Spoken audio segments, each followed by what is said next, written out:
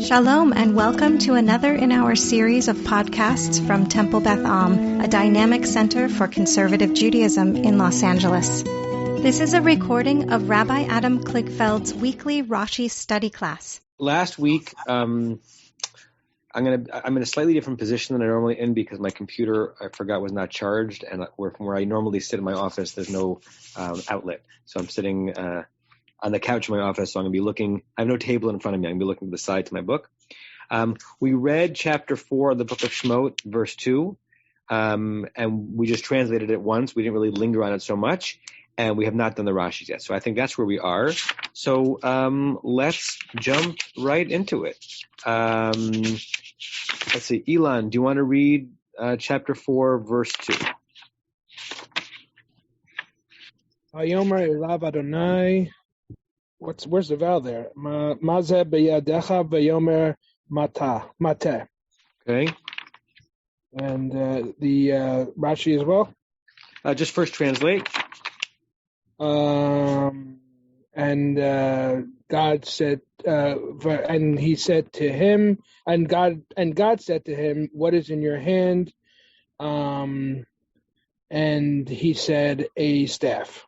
Good. Right. So pretty simple vocabulary, pretty simple syntax. And we have the very common biblical idea of the subject following the verb. So Vayomer elav Adonai, he said to him, God, meaning God said to him. Ma'azeh couldn't be more simple Hebrew words. Ma what, zeh this, v'yadcha, in your hand. If you're interested in this stuff, it's mazeh v'yadcha, v'yadecha, not biyadecha, because bet is a beged kefet letter, and the previous word ends in a hey, which is part of the ahoy acronym, and the two trups are together in a conjunctive trup, so therefore it is the dot in the bet comes out. Just to point it out, vayomer mate, and he said a staff. And to remind us, the previous verse, which had come right after God's long soliloquy with quotation marks within quotation marks and quotation marks about what's going to happen when Moshe goes back to Egypt, Moshe would say, but wait a second, what if they don't believe me? And what if they don't listen to my voice? And what if they say, in fact, God did not appear to you? Okay, so this is God's response to Moshe's incredulity that this is going to work out. So, before we look at Rashi, anything pop out for you in the verse in terms of meaning, in terms of sentence structure, in terms of what it looks like? Anything? Yes, Elon. I don't know if there's any significance in the fact that mazeh is one word, or is that just doesn't mean anything?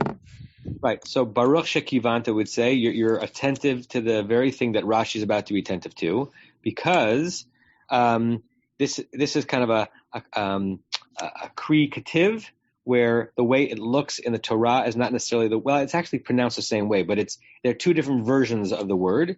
There's a version of the word that is just mem zayin hey, and there's a version of the word that is mem hey dash zayin hey. It's pronounced traditionally ma zeh, but it looks like mi zeh, right? So mem zayin hey unpointed looks like the word mizeh, which doesn't mean what is this, but something like from this, mem with the contraction of min. So let's leave that as a question, and Rashi is going to give his own answer to it. And it's one of these oddities, right? Every, 50 or 100, maybe it's less frequent than that, 200 biblical verses, much more common in Tanakh than in Chumash, much more common in Nach than in Chumash. You have a slight variation, sometimes just one letter, that has come through the manuscripts in terms of how the word should look. Sometimes it looks like a different pronunciation, and that's a kri k'tiv, how it's read and how it's written. Anyone else, either a question on the verse, reaction to the verse, or an answer, a potential answer to the mazeh mizeh? Joel and then Joanna? Well, what's the purpose of asking? I mean, that's obviously God knows what it is. Why doesn't he just say, take that thing in your hand? What does he need? What does he need to do this back and forth for? Is he trying to prove a point? Good. Right. So I'll say again, Baruch Shekivanta. So now the first two questions on the verse are anticipating the two comments that Rashi has on the verse. It's less freighted, but it reminds me of God's question in Breshit, Ayeka, where are you? Right. Well, God knows where Adam is. So there must be a reason why God is asking the question. So God doesn't want confirmation here, right? that what he's holding is a mateh. There's something in the engagement that is important to the setup of this scene. Anyone want to respond to that? So what that is doing? Does God really ask rhetorical questions?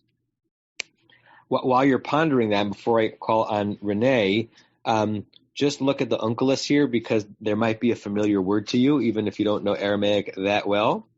So the unkelus, Va'amar le Adonai, God said to him, Ma dain, what is this? Bidach, in your hand. Va'amar, and he said, Chutra. Anyone know what a chutra is? Where do you know the word chutra from? From Passover. Yes, that's what hit the cat. Yes. V'hika, yes, v'yachal l'shunra, v'hika l'chutra, v'dizbana b'bitch v'ezuzeh. So chutra is the Aramaic for a stick or a staff. And sometimes it's fun to see words that you know from one context appear as just a regular word that unkelus would use. Okay. Rick, you're unmuted, so while you're unmuted, go ahead, and we'll go back to Renee and then to Tova. Yeah, on the Zeh, Larry and I, we're doing the Haftorahs that I've been noticing that the word Zeh gets lots of trope, and even though it's an insignificant word, Moses was just a Zeh in the basket, and Noah was just a Zeh. So pulling away from it, it's not just about talking about the stick. It's what's inside of you that's insignificant that you can bring out. I don't know, something like that. Good. So making as anything but a small word. Renee? Well, I was going to say the same thing as Joel, like why would God be asking that? But in answer to your question, why he's calling attention to it if he knows that it's there, maybe he's trying to call Moshe's attention to the fact that he has something in his hand that's significant. It's not just a rod. Right. And this is again predicting Rashi. You see that thing in your hand? Yeah. Well, let me tell you what it's going to do. Right? It's special. Right. It's a way of kind of setting up a punchline or a mic drop or amplifying. Right? You see that farstunkene rod? Let me tell you what you're going to do with that farstunkene rod. Right? And it begins with a rhetorical question, or it's a half rhetorical question, because the question is almost not what is it, but you see that thing you're holding on to? And then the person has to respond, yes, I do. Well, now that we're focusing on the same little thing, I'm going to tell you something about it. Very similar to how Rashi can answer it. Good. Tova? Following up on the same idea in a slightly different way, it may also be to remind him of what that rod signifies. I mean, that it becomes a metaphor, right, throughout our history. I mean, God's referred to as holding a rod, right? So it's not just the rod and something remarkable is going to happen with it, but you are a shepherd, and in a larger sense, you're going to be a shepherd to your people, and that rod is going to represent the role you're going to play with them. So here's the first thing we're going to do with it, but also just a reminder of this bigger amplified role he's going to have that he's already playing on a small scale. Wonderful, right? I want you to turn your attention, Moshe, to the simple tool you've been using as a shepherd. Right. That simple tool is going to now be transformed into my hand. See that thing in your hand? That thing in your hand is basically going to be the way in which you show the hand of God. Wonderful. Okay, good. Anyone else before we have Elon read the Rashi? So again, we've anticipated two of Rashi's questions. Let's see how Rashi handles it. Go ahead, Elon. Okay. Mazeh biyadecha. What is this in your hand? Lekach nichtav teva achad.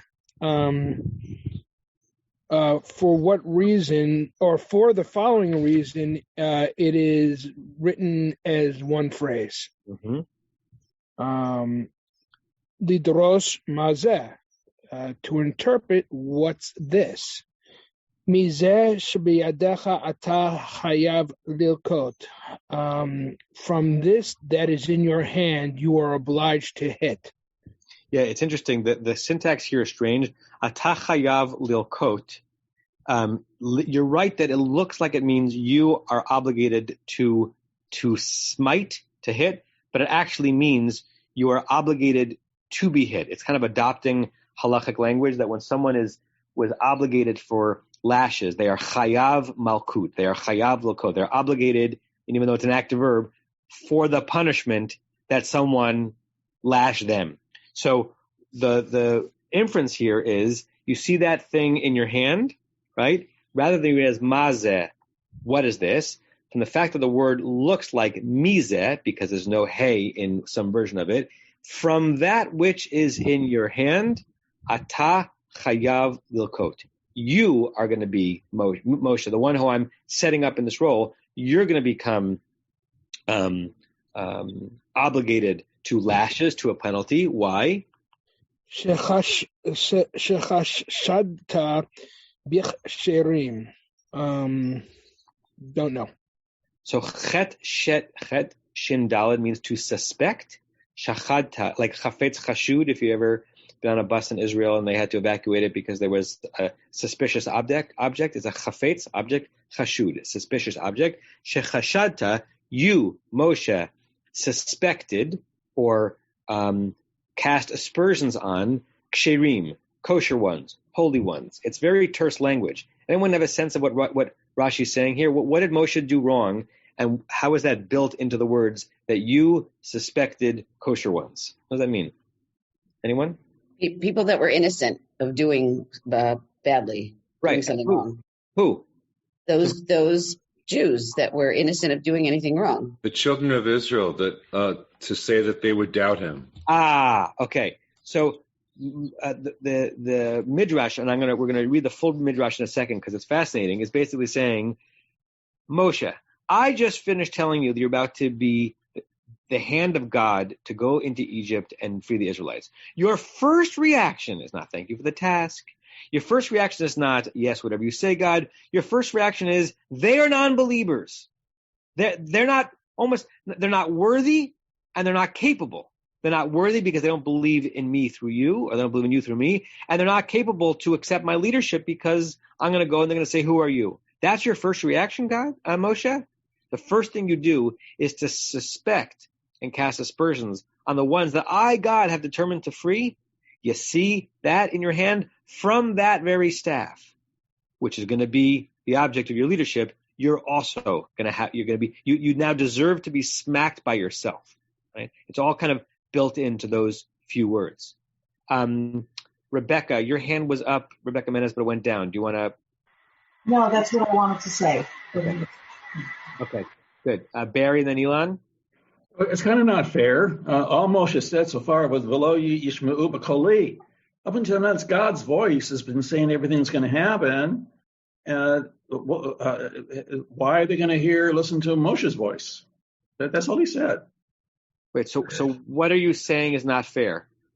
Why is God coming down on Moshe and receiving lashes because Moshe is not believing God?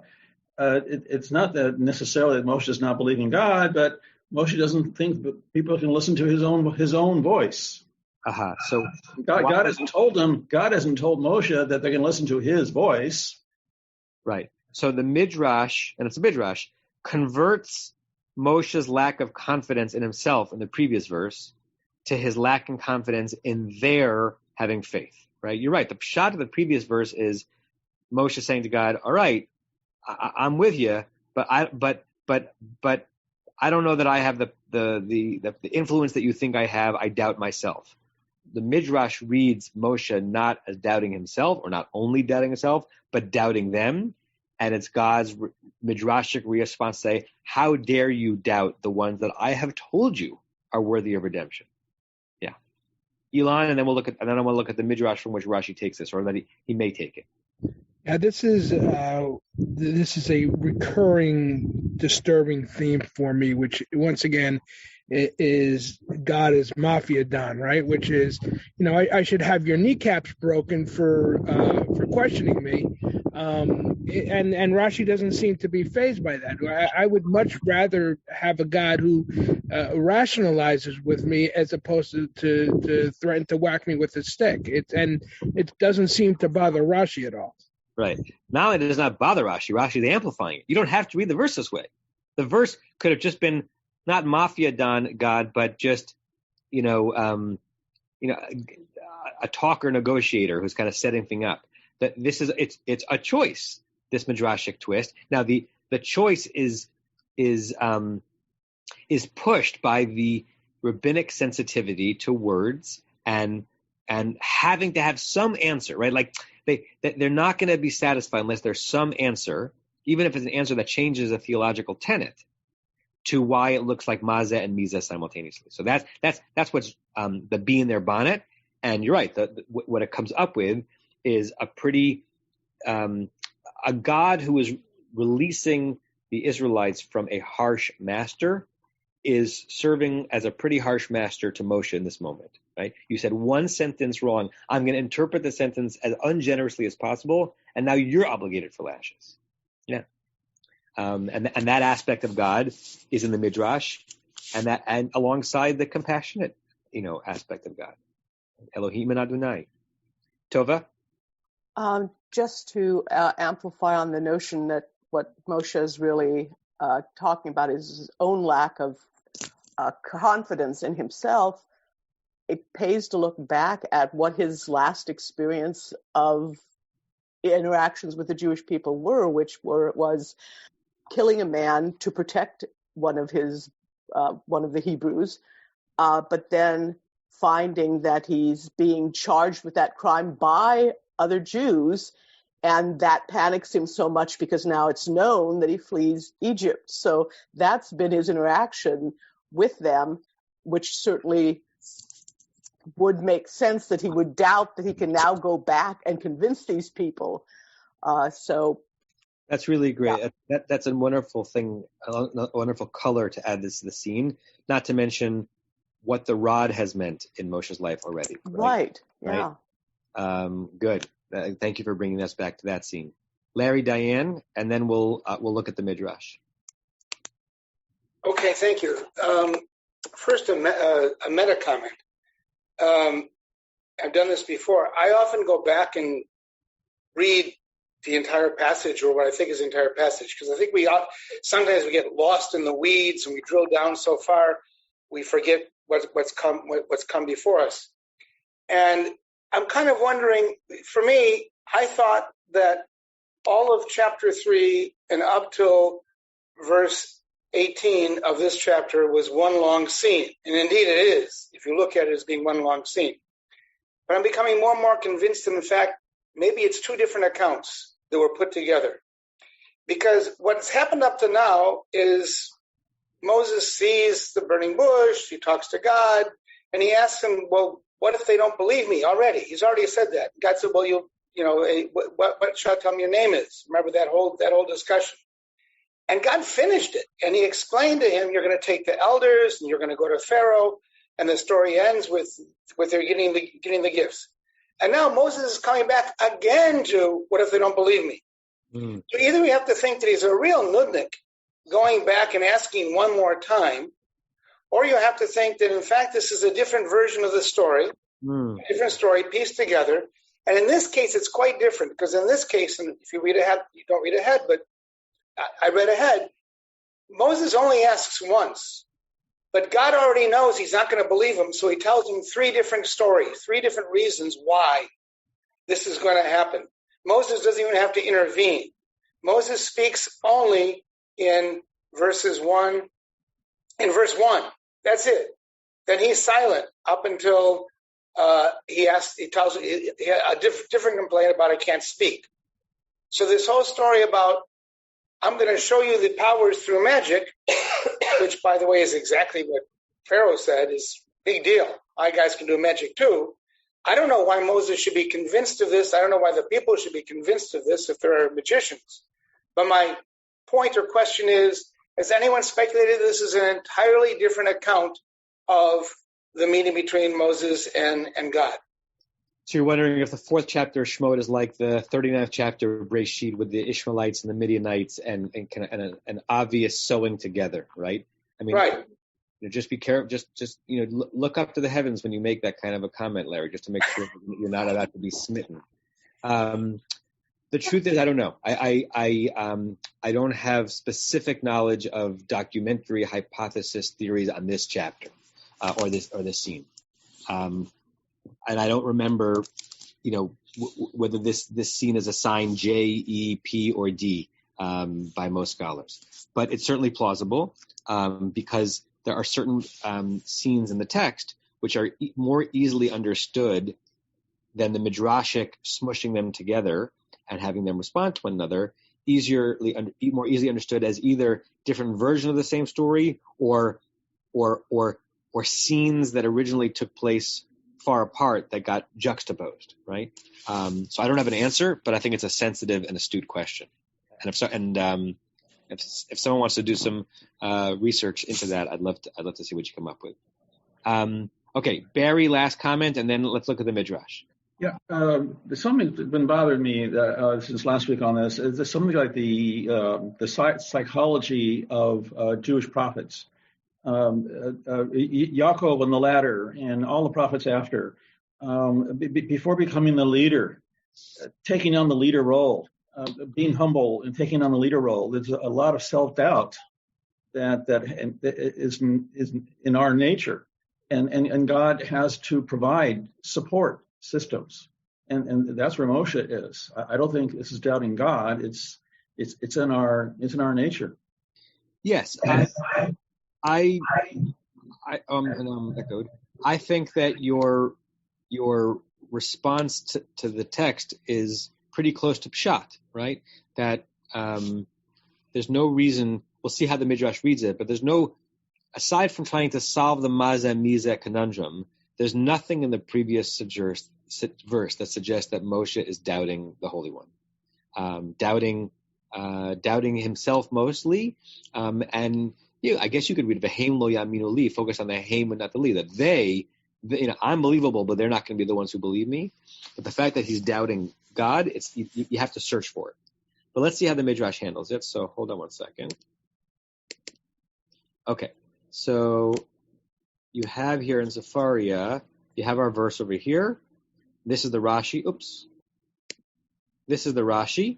And we already read that, right? The reason why the words mazeh are written here as one word is to afford the opportunity to explain it thus: on account of this, mizeh, from this, that is in thine hand, thou wilt make thyself liable, right? Even though it says atah chayav l'kot, it means you are going to be the one who's liable to punishment because thou hast harbored suspicion upon worthy persons, right? I love how hyperlinked Safari is. It tells you that Rashi drew that from Shemot Rabbah, chapter 3, verse 12. You click on it, it's right here. Okay, so we don't do this that often. Sometimes Marshall Kramer brings us the longer midrashim from which Rashi draws. It does show you how amazing an editor Rashi was. That Rashi takes, midrash is usually a lengthy affair and layered, and how Rashi takes that and synopsizes that into a very, very short section. Let's read it together. Vayan Moshe vayomer v'heim lo yaminu li. So that's the previous verse. Moshe responded, but what if they don't believe me? Or maybe we discussed it could be a what if, or it's a certainty. They will not believe me. Otasha'a, now the midrash is speaking, in that very moment, diber Moshe kalo shelo kahogen. Moshe spoke inappropriately, lo kahogen. Why? Hakadosh Baruch Hu amarlo, the Holy One said to him, V'shamula kolecha, right? God has already answered Moshe's question before he asked it. God said, they will listen to you.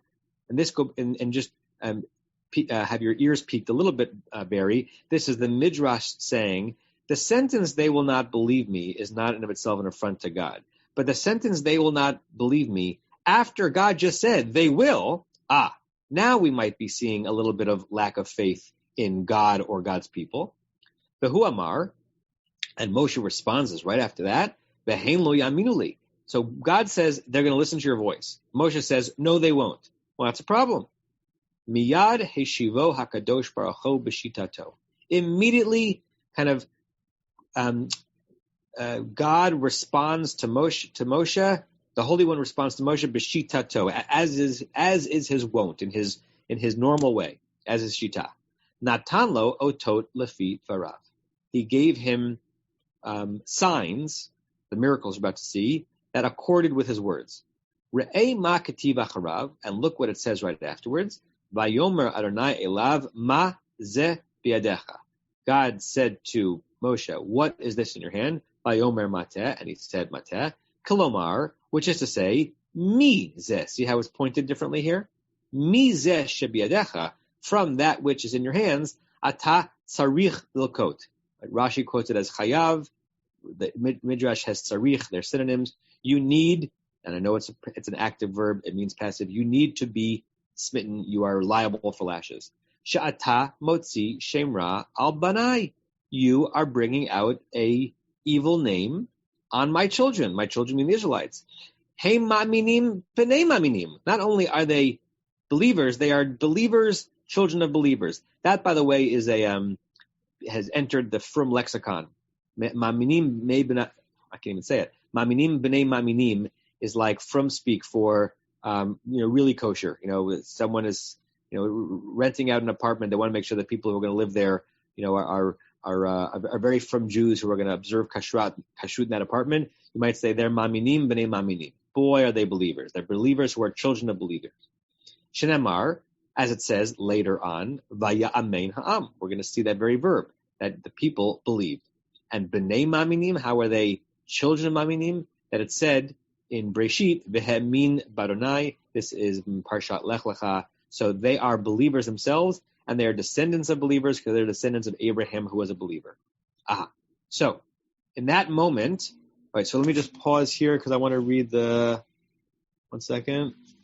Does Rashi say that explicitly? No, we're going to go back to this Midrash once we start the Rashi on the next verse. But this is the Midrashic elongation of this back and forth, and using verses in the Torah to show, and Rashi does not give us that explicitly, to show that Moshe's response to God was a specific affront, given that God had already said they're going to believe, and that Moshe should know that they are ma'minim and that they come from people who will believe in God, because Moshe should have known that verse about Abraham. That's the Midrash's treatment of it. Barry? I don't see where God told Moshe they'll listen to his voice. I saw previously, who am I to bring them out of Egypt? God said, Ki imach, I will be with you. But there's no phrase in here, God said, they will listen to your voice. Just only I, God, will be with you. Shamu, look at verse 18, 3:18. God's in the middle of saying, I'm going to... sorry. There it is. Okay, sorry. It's okay. It's okay. Sue and then Elon. I know you've said that we're looking at this lil coat. Lil coat, is that how it's in there? Yes. Lil coat, and ani mamin b'cha. But it seems like we do spend a lot of time unpacking hif'il verbs. I mean, it doesn't say. It feels a little bit like we're translating it in it seems like it says you're going to hit with that stick. I know. And I know you're telling me that it doesn't say that. However, it seems like we're self-serving some other narrative by saying, oh no, that's what it really means, that you're going to get hit. Because we've seen that things are going to happen passively. It's like, why isn't it that language? It feels like we're manipulating that translation. Okay, so that's a really fair question, and I love how astute it is to the grammatic specificity. So I can say with certainty that in rabbinic language, ata chayav lilkot does indeed mean you are obligated to be lashed. Why it means that, I don't know, but it certainly does mean that. And Rashi here is borrowing Talmudic halachic language to insert it into this Agadic narrative drash. On the edges, I can say, you could certainly do a drash and a drash and say, yeah, it means that you are now obligated to lashes because you cast aspersions on the Israelites. But since the word looks like it says you are going to be obligated to use it to smite, that it might also be, is this jumping us ahead to when he, strikes the rock instead of speaks to it? Is this suggesting that with this rod, just as you've shown yourself to not be so, such a faithful servant in this moment? Is this rod also being the thing with which you abuse your power later on? That could certainly be there on the edge, but it's certainly the case that it's just a rare, rabbinic vernacular that the verb atah chayav lilkot, or the phrase, should be understood as you are obligated, parentheses, that someone else come and smite you.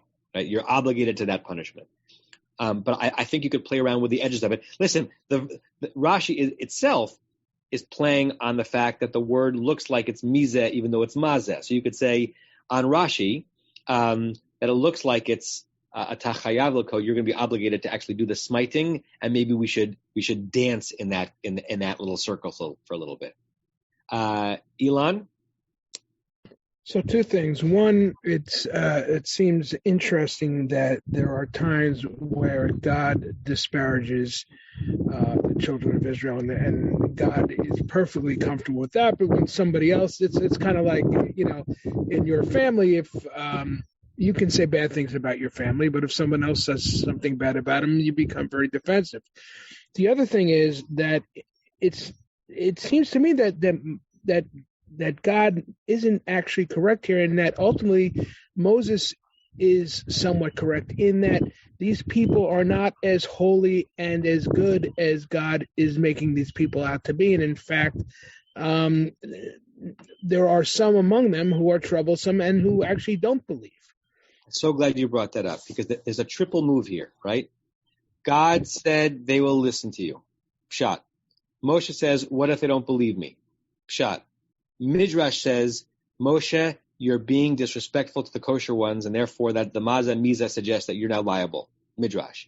But going back to Pshat, Moshe is actually correct, right? The people he's going to bring out from Egypt don't all have unwavering belief in him. They don't accept his prophecy from the very beginning. And as I forgot who brought it up before, if it was Tova or Joanna, right? Moshe's last encounter in Egypt was that they cast aspersions on him when he was doing the right thing,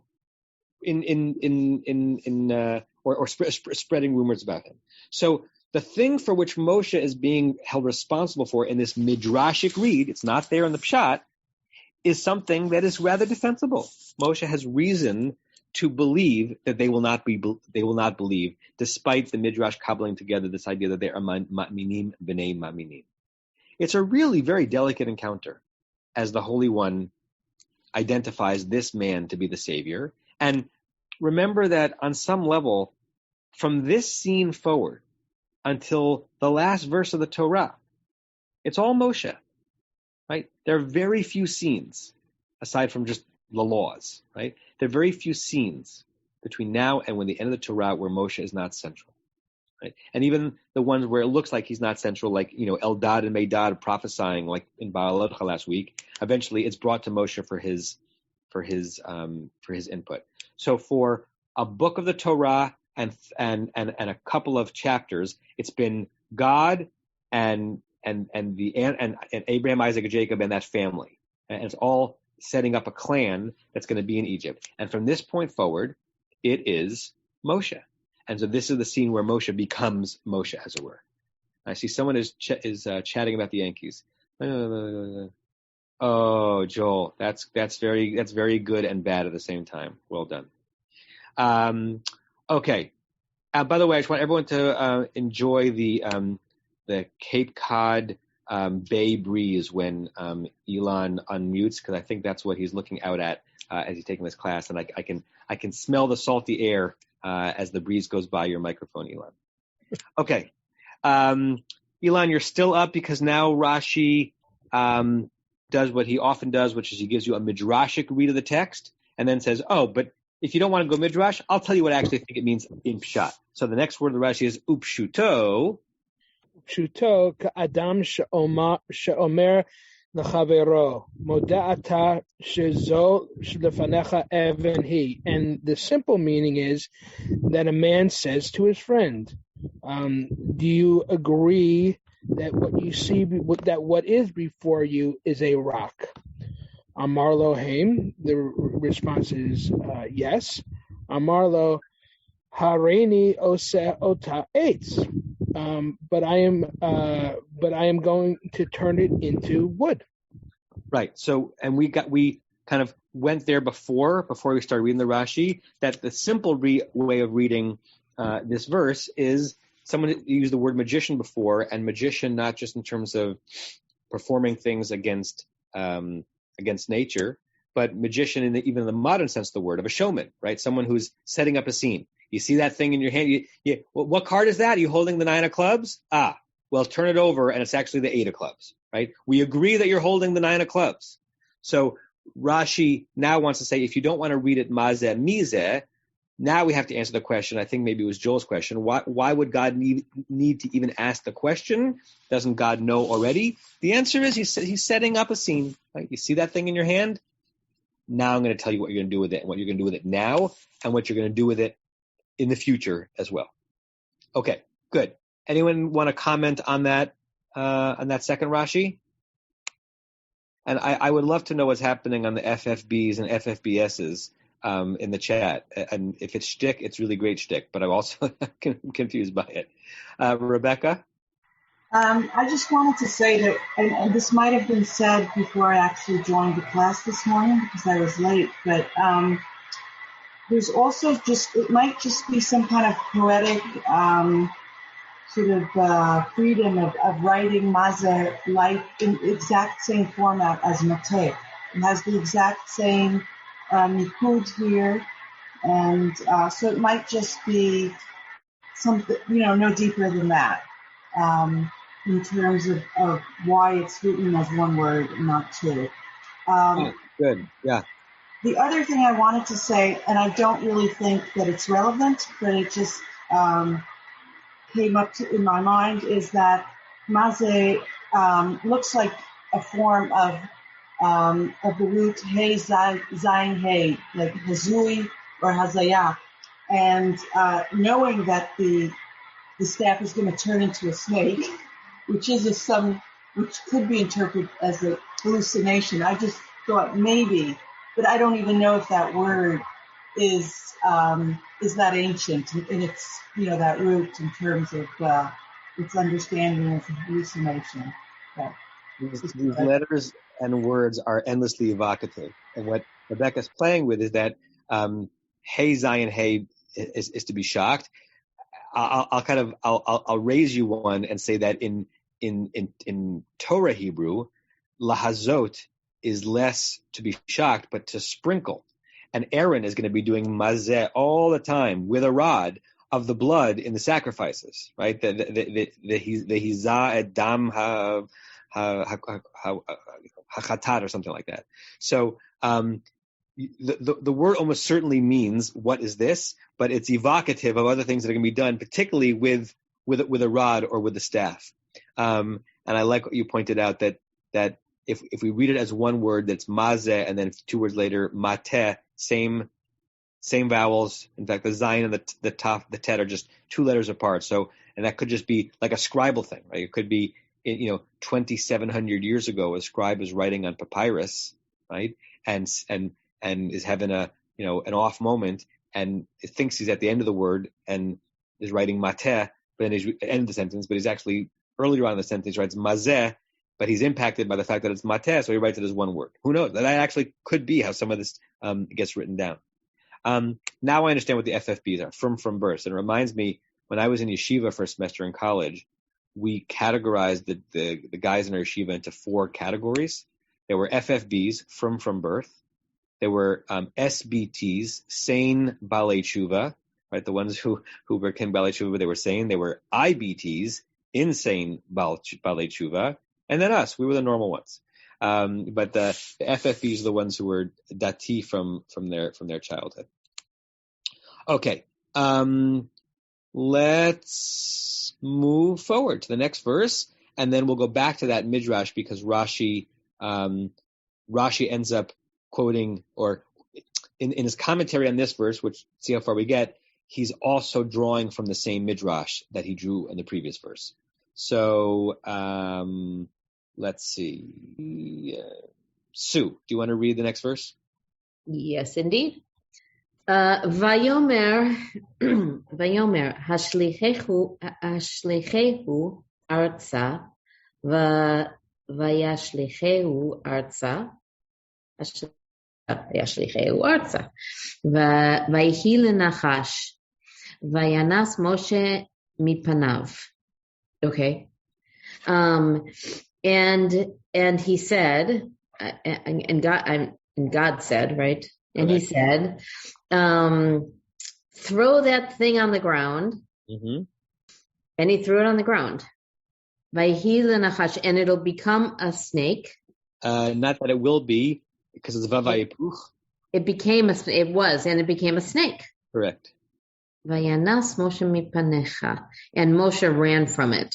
Good. Scared. Good. Witless. So a lot of things in this verse, right? Yes. If we start at the end, the mipanav is ambiguous.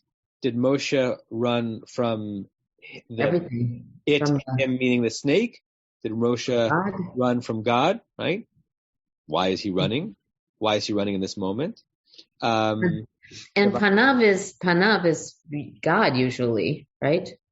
Right. Well, yes, and right. So it also could just mean from before it, but it stems from this notion of correct.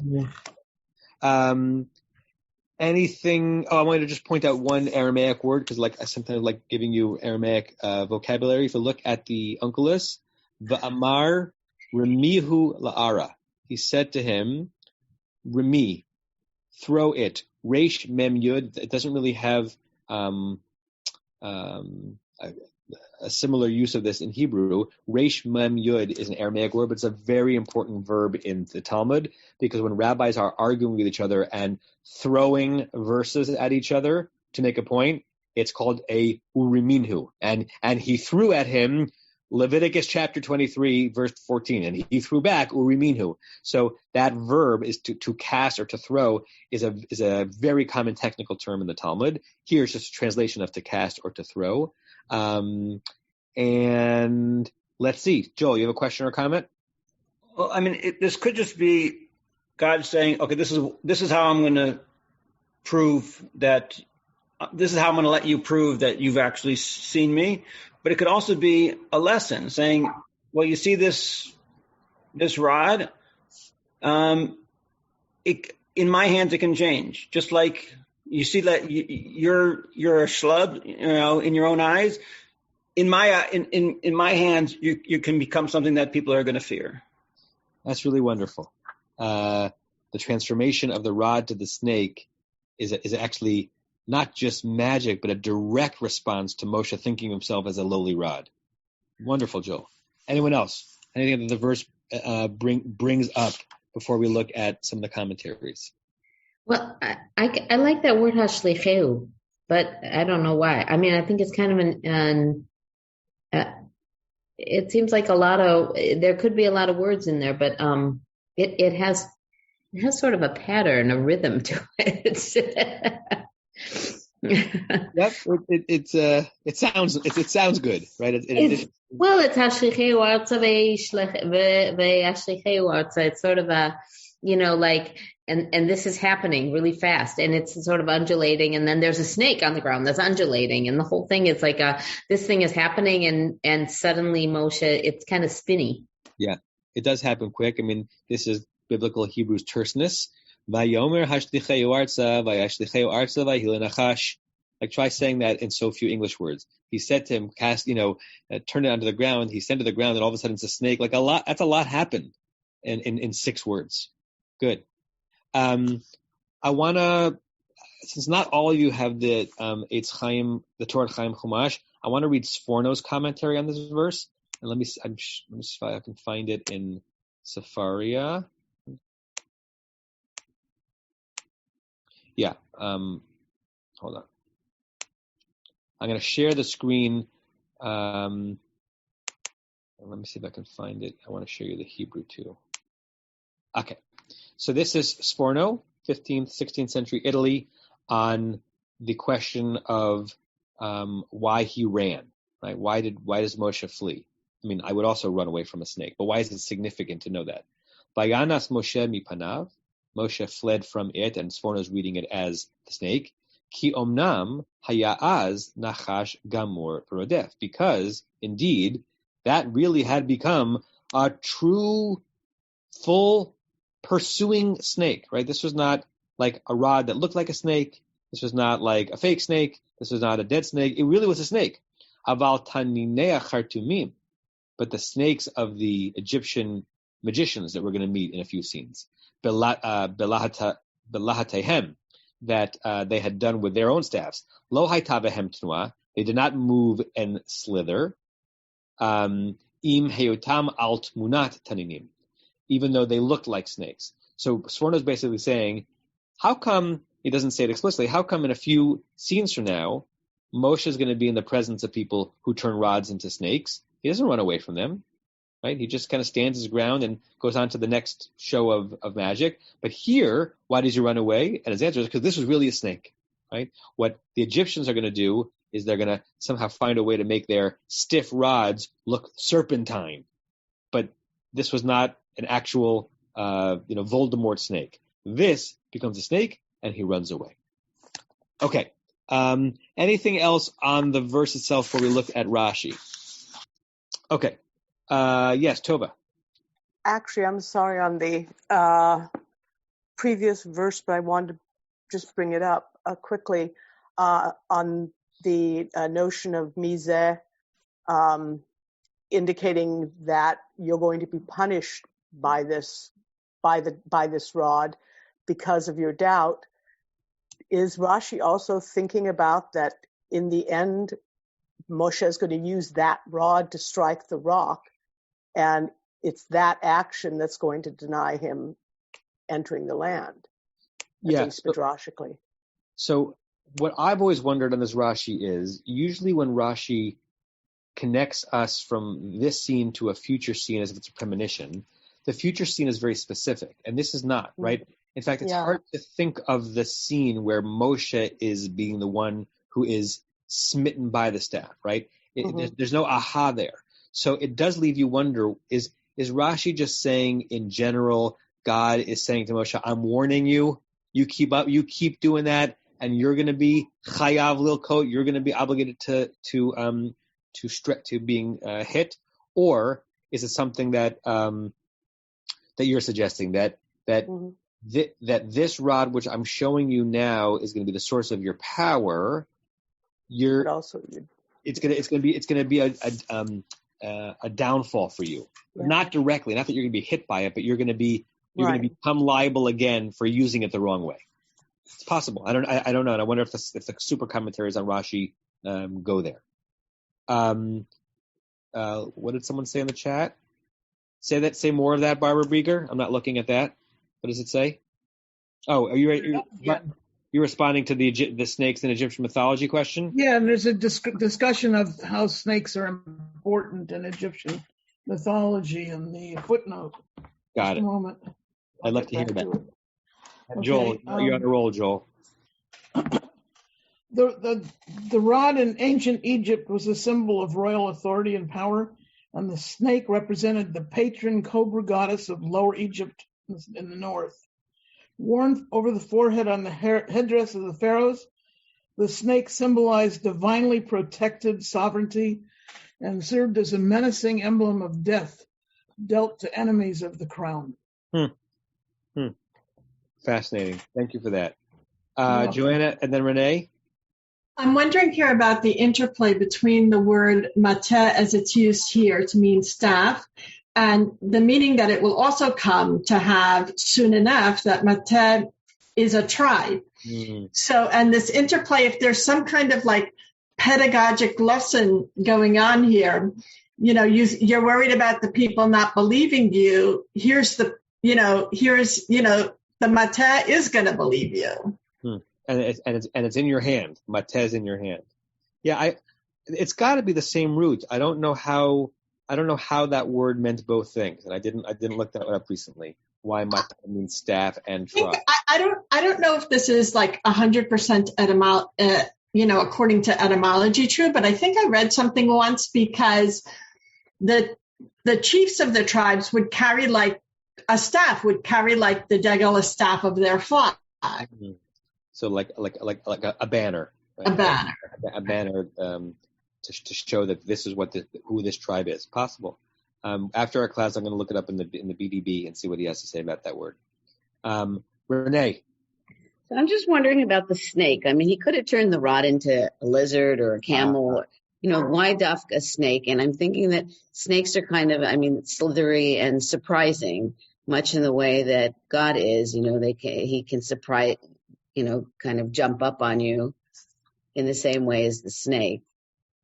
So that's the very next thing that Rashi goes to. So thank you for setting that up. Sue, can you please unmute and let's at least start this Rashi because it goes directly to Renee's question.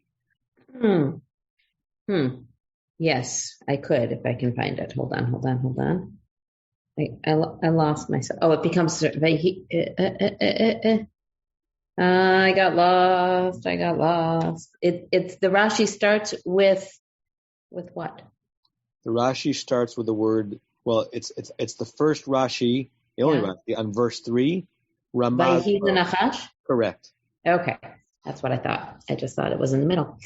Vayihi lenachash. Ramaz lo shesiper lashon hara al Yisrael v'tafas omnuto shel nachash. And it became a serpent. And it's a clue. It's a clue, shesiper lashon hara, that it's a clue that he was talking in the language of evil, of evil. He was speaking evil of Israel. And he was. It's not tafas litfos. And he caught. Is it tafas like that? And he caught. And he used art. And he used the art of a snake. That's exactly the right way of saying it. He used the art of a snake, right? Tafas, he grasped hold of, he impersonated, he imitated, emulated what a snake does. And what does a snake do? And what does a snake do in the biblical mind? It's like from the Gan Eden. It's a very sneaky, evil representative of Satan on earth. Right. And the specific way in which the rabbinic imagination understands what the Nachash did wrong in the Garden of Eden was that he twisted truth to make someone look worse than they actually are, right? Twisted God's words to try to convince Adam and Eve that God was more twisty than God actually is. That's what a snake does. The snake's very shape is what the snake does with truth, right? And what snake does to people's impressions of others. So the Rashi quoting the Midrash, which we're about to read, that's Rashi's answer to your question, Renee, and you gave a different answer, which is great too. But Rashi's answer was, why a snake? A snake is the paradigm of the bender of truth. Yeah, a twister of truth, and therefore casting aspersions on someone who's actually not worthy of those aspersions. Barbara? Well, I think it also has to do with what I just read to you from what Chaim. The snake, excuse me, is the symbol of the king, and it's saying that God is the king. God can make the snake come out of a stick, and that could scare Pharaoh to think that there could be a king that's as strong as he is, because Pharaoh thinks that he's a god king. Good. Larry, Diane? So I'm back to my issue, and not about the snake, but about the the miracles or the magic or whatever. So first of all, Tova sent something in private to me that supports my view, which is in chapter 3, it's Elohist. God is referred to a large extent as Elohim, and only when we want God's name do we get Hashem, Yud Hey Vav Hey, Tetragrammaton. This chapter is all Hashem, Yud Hey Vav Hey. So, and in the previous chapter, when God is trying to tell Moses what to tell the people so they'll believe him, he said, just tell them my name. They know me. They know me. They're believers. Don't worry. They're believers. They know me from your ancestors. Now we have a completely different story. And it's actually God, not Moses, who's questioning the people and telling him, well, show them these miracles. Why didn't you say again, tell them my name? It's because it's written it's a different story. It's a different story, which is, as you said, is basically stitched together. Now, I don't deny any of the, object to any of the explanation about the snake and the rod, but it clearly comes from, for me at least, it comes from a different source, and I think that it's a source that thought that the people wouldn't remember their history, whereas in chapter 3, the assumption is the people did remember their history. Rich possibilities. I have nothing to improve on that, but rich possibilities about different Israelite memories of their own story and their ancestors' encounter with God, right? And all that is opened up once you are willing to look at this through that documentary hypothesis, which, of course, to some is considered heresy, and some are considered actually the foundation of a significant understanding of the text. Let me borrow one more minute. So I want to show you this how the Midrash itself reads this. Hold on a second. I closed on my computer. Now it's open. Okay, so I'm going to share the screen again. So we got halfway through this Rashi, the Midrash last time, and then the Midrash shifted gears and becomes the text that Rashi is now quoting from in this part of his commentary. So we got to the Ma'aminim b'nei Ma'aminim. Okay. V'hemin b'Hashem. Okay, so that was the quote from Breshit. Now we have Tafas, that was that root that you were playing with, Sue. Tafas Moshe Ma'aseh HaNachash. That Moshe kind of grabbed hold of or impersonated the ways of the snake. Rashi turns it to Umanuto, the craft of the snake. Here's the ways.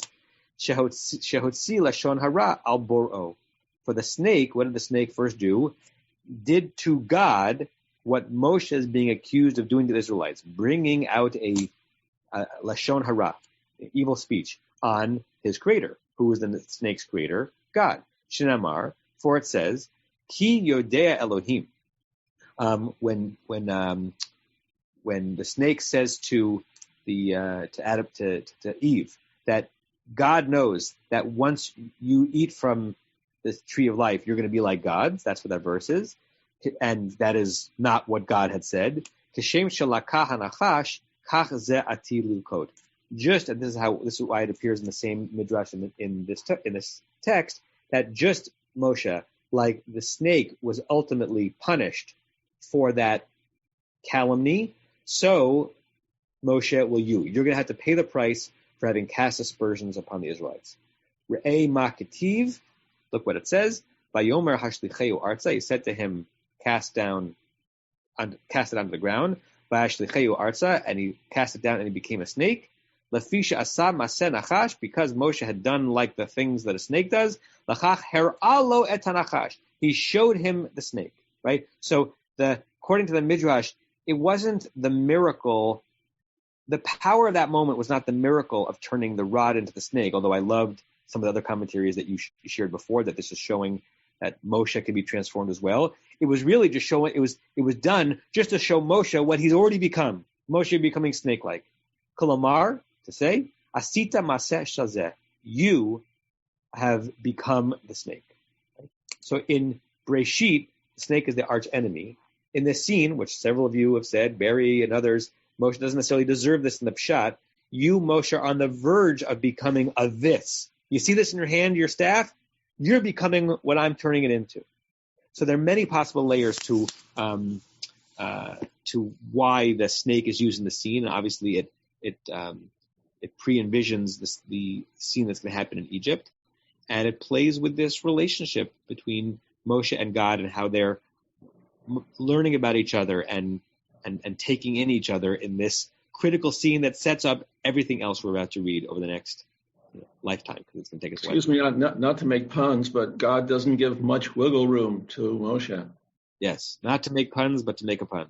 You have been listening to another in our series of podcasts from Temple Beth Am, a dynamic center for conservative Judaism in Los Angeles. If you enjoy these podcasts, we invite you to write a review on the Apple Podcast site or wherever you get your podcasts. For more information about Temple Beth Am Los Angeles, go to tbala.org.